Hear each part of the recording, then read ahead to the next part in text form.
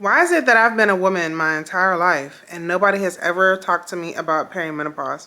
Why am I just now hearing about perimenopause?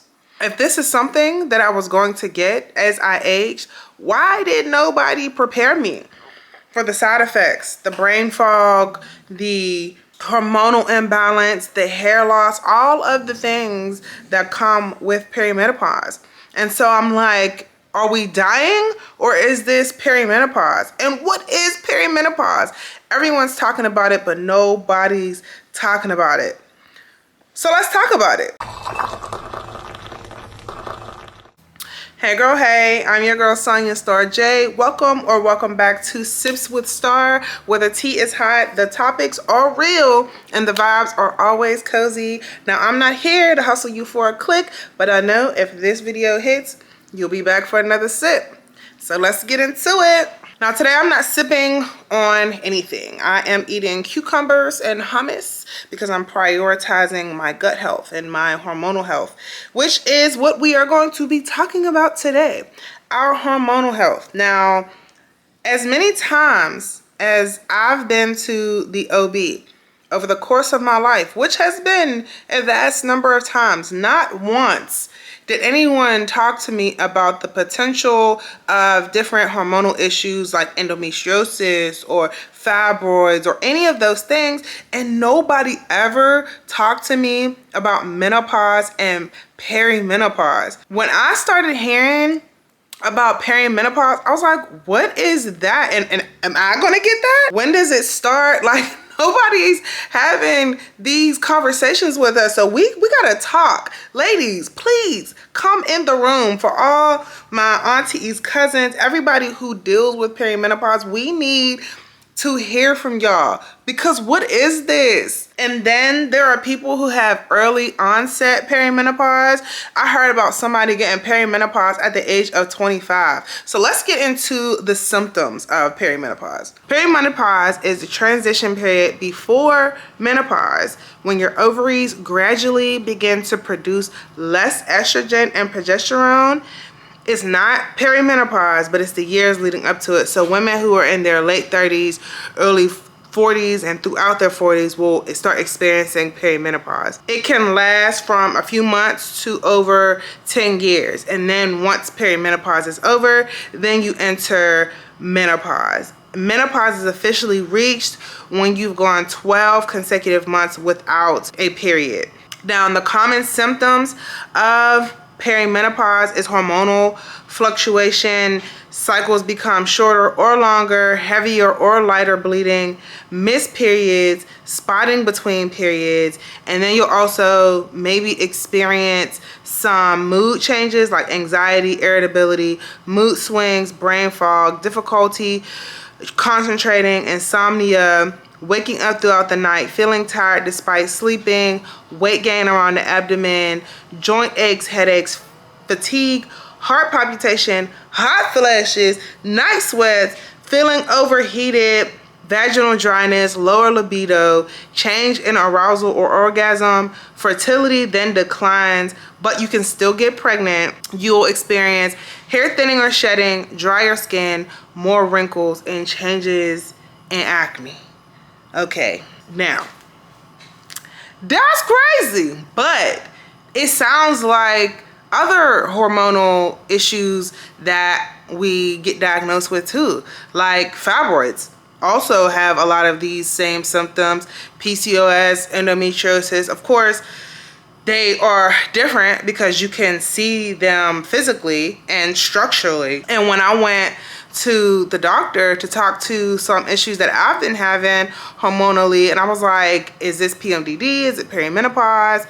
And my doctor was like, well, we don't test at your age for it. And I'm like, well, maybe you need to, because I also believe that they don't start testing for like breast cancer until you reach a certain age.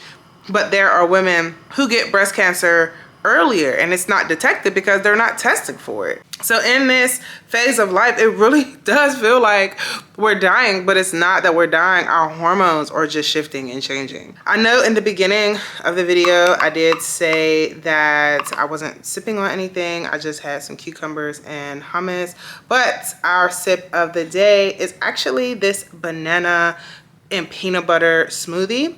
It has coconut milk, 1 ripe banana, 2 pitted dates, iron-rich ingredients like hemp seeds. Pumpkin seeds is really iron rich, so I have some hemp seeds, pumpkin seeds, and walnuts in here for brain health. We also have some honey and cinnamon. I'll leave the recipe in the description box for you, but this is really good for iron and protein building, and this is a really good segue into what we're talking about, because this is really good for hormone health. Now, it's important to note that a lot of these bodily functions that we will experience throughout the course of our lives can be telling symptoms, and we don't even realize it. Like with weight gain or acne changes, I didn't realize that me developing acne was a hormonal thing. I thought that it was just my diet, which it turned out to be some parts of my diet, but it was also stress related hormonal acne. But then also with the decrease in libido, that's hormonal. But if we don't know to ask questions, and then also sometimes when we go to the doctor, they're not filling us in on these topics and having these discussions with us, we will just be going through life without being aware. In one of my previous videos, I was talking about how I was talking to one of my cousins, and she was saying that rage runs in our family. And I'm like, well, that can't be possible. And so what I think it really was that we were just, or the women in my family were just dealing with fluctuating hormones. A lot of them dealt with hormonal issues and autoimmune issues, and we know that a lot of that has to do with what's going on in our bodies. And if your liver isn't getting rid of all of the bad toxins and things that you have filtrating throughout your body, whether you're eating a diet that's not helping your body, or your digestion and lymphatic drainage system isn't working properly, then you will experience more rage. If you have pent up emotional stuff, you're going to experience more rage. And so with that, it's like, okay, all of these things cause all of these emotional issues and hormonal fluctuation issues, and nobody's talking about it. We gotta have these conversations more openly, like sitting the girls down and say, hey, this is what you can expect when you have children. This is what you can expect when you get to this age. Because I am in my mid-30s and I don't have children, but I'm definitely having some hormonal issues that I've been having since I was a child. And had people been more aware and more educated, we probably could have handled some things earlier and sooner than later. And so now when I see young ladies who are experiencing hormonal issues, I'm quick to say something to the mom, and just to put the awareness in their head, like, hey, you know, this is what this is. One time I went to visit my family and I was super bloated and I'm battling fibroids, and my niece was like, your belly is hard. And I took that opportunity to tell all my nieces, well, I have a uterus, and you know, you get acne, you have bloating, and this is something that can potentially happen as you get older, once you get your period,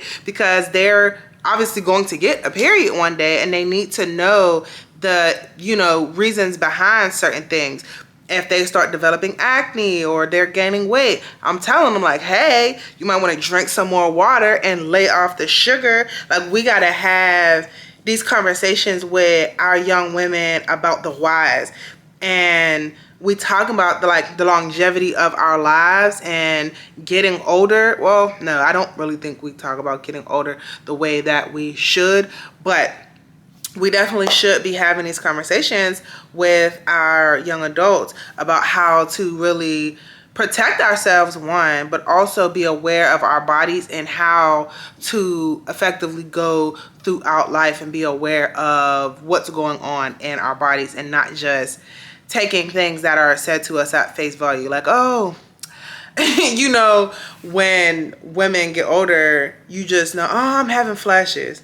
Oh, I'm going through menopause. And it's like, okay, but what is that? Like, what is menopause? But also maybe young people don't ask enough questions too. Like, I don't know. But we definitely should be having those conversations. And maybe it's a matter of the generations before us not having that education in order to be able to educate us. And so now that we are more aware, we now have the responsibility of talking to our friends and our family about the things that we're learning. Now, one thing I will say is that on my journey of learning more about my body, and it does get uncomfortable having certain conversations with people who might not be open to it. So like, I just will like send videos to friends and family so that they know like, it's not coming from me. This is really like a thing. Like doctors talk about this. Everybody's having this conversation, you know? And people aren't always open-minded, but at least you did your part and shared the information, because there's no way that we're going through all of this, like having these horrible periods. Like this can't be life. Like this literally can't be life. This can't be, you know, just what we're subjected to. It's ruining relationships. It's ruining friendships. It's just decreasing our quality of life, and we deserve better. And we won't get better if we don't make ourselves aware of what's going on. So along this journey, if you are a lady who gets her menstrual cycle, make yourself aware of the different things that can potentially happen throughout the course of your cycle. Educate yourself on cycle syncing. Educate yourself on your blood type. Educate yourself on the things that your body needs in order to sustain itself. Everybody's blood type is different.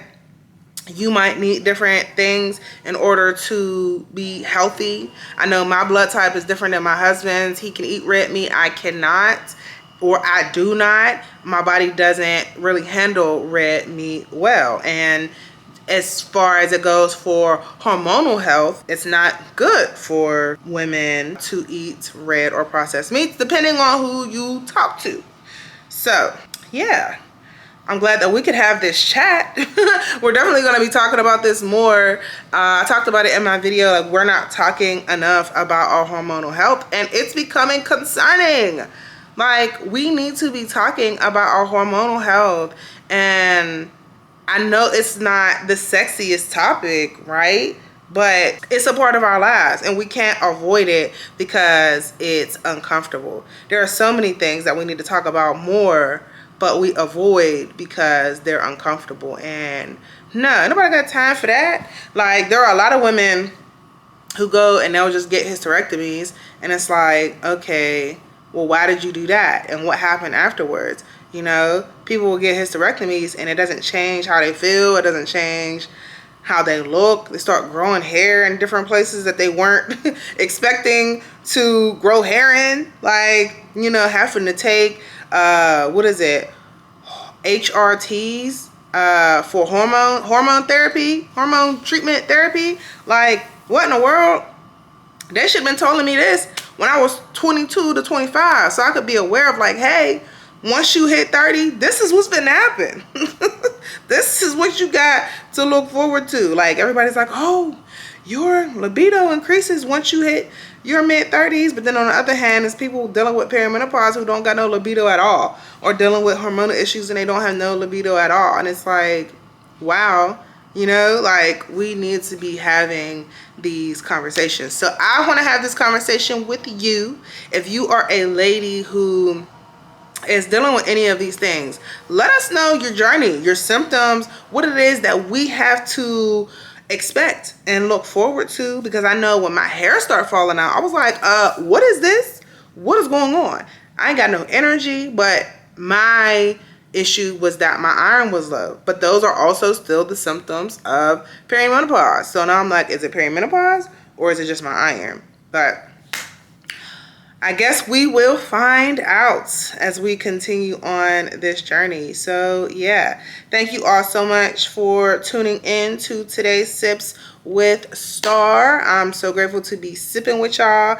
If you enjoyed this video, definitely give it a thumbs up. Share this video with the people in your life, the women in your life who need to know about their hormonal health, who need to be a part of the discussion of our hormones. I want to talk to more people about this, doctors, therapists, all the things. Like, what are y'all seeing when it comes to our hormonal health? Because we are seeing different hormonally related diseases and disorders on the rise, and autoimmune diseases and disorders on the rise. They're all connected. So we need to be talking about them more. All right. So again, thank y'all. I'm gonna get out of here and stop yapping. Okay. I will see you all in the next video next week. Same time. I will see you there. Peace.